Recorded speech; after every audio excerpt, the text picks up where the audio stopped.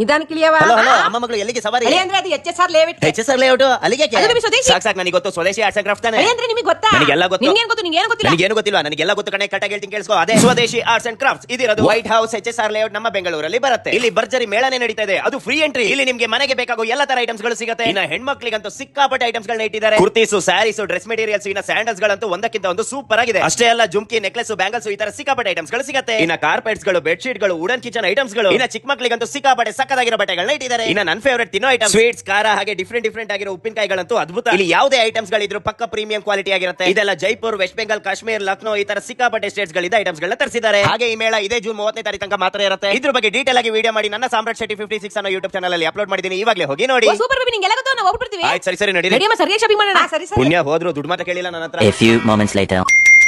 ಯಾರು? 1,000, 500, 800, 2000. ಅಯ್ಯೋ ನನ್ನ ಕಾರ್ಡು ಬೇಬಿ.